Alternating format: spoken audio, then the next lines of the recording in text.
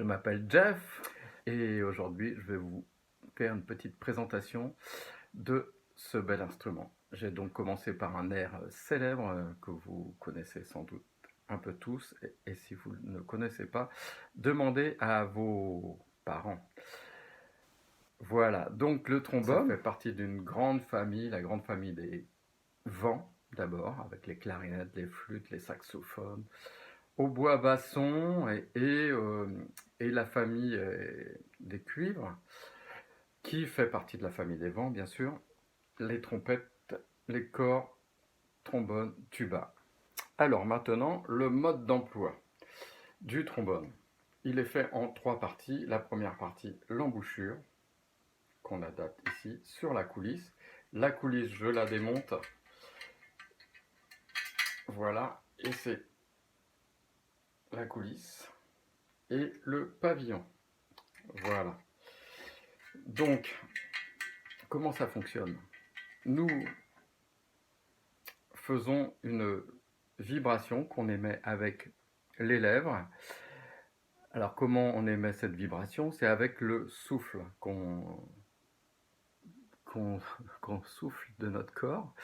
Et avec ce souffle, nous faisons vibrer les lèvres, qu'on fait vibrer dans l'embouchure.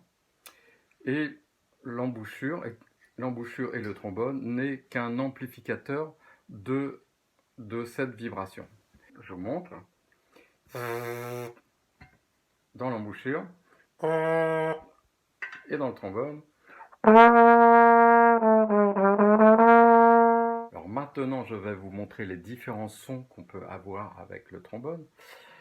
Nous utilisons donc le souffle et les lèvres pour émettre ces sons, et nous utilisons la coulisse pour changer la hauteur de ces sons. Alors nous avons plusieurs positions, 7 positions qu'on étudie, voilà. Et avec le souffle et les lèvres, nous pouvons faire sur chaque position plusieurs notes. Je vous montre.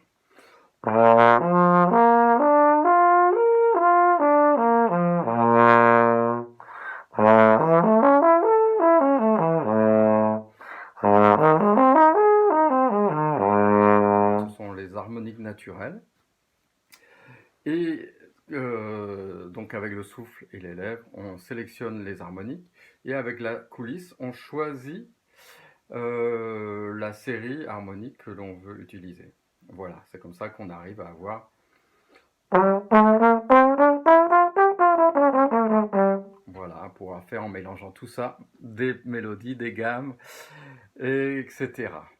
Nous pouvons aussi changer le son du trombone avec des sourdines. Alors voilà, une première sourdine par exemple, on l'appelle la sourdine sèche. Alors ça atténue le son, mais plus que atténuer le son, c'est pour changer le son.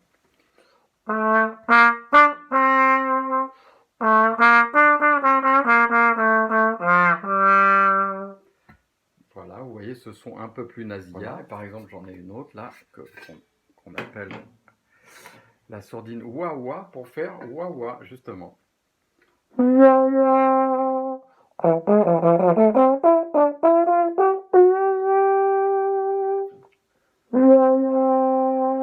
Alors, dans quelle musique utilise-t-on le trombone?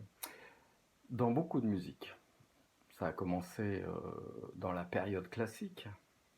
La musique classique, c'était souvent pour doubler les chœurs. Puis après, au XXe siècle, on l'a beaucoup utilisé pour le jazz, les musiques du monde, les musiques de films, beaucoup. Les musiques de dessins animés aussi, bien sûr. Et je vais vous en jouer un petit extrait. Alors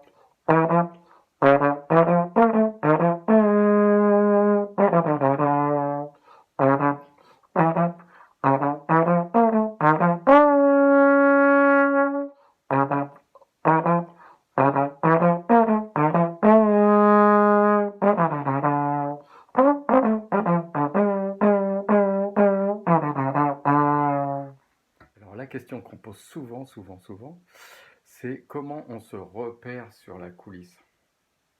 Alors le repère, il y en a un, c'est quand on est en première position, hein, c'est la butée ici. Et puis il y en a un autre repère, c'est le pavillon. Voilà, avec le pavillon, on se repère visuellement un petit peu, voilà. Et à partir de là, eh ben, à force d'étudier, à force de s'entraîner, on apprend les autres positions petit à petit.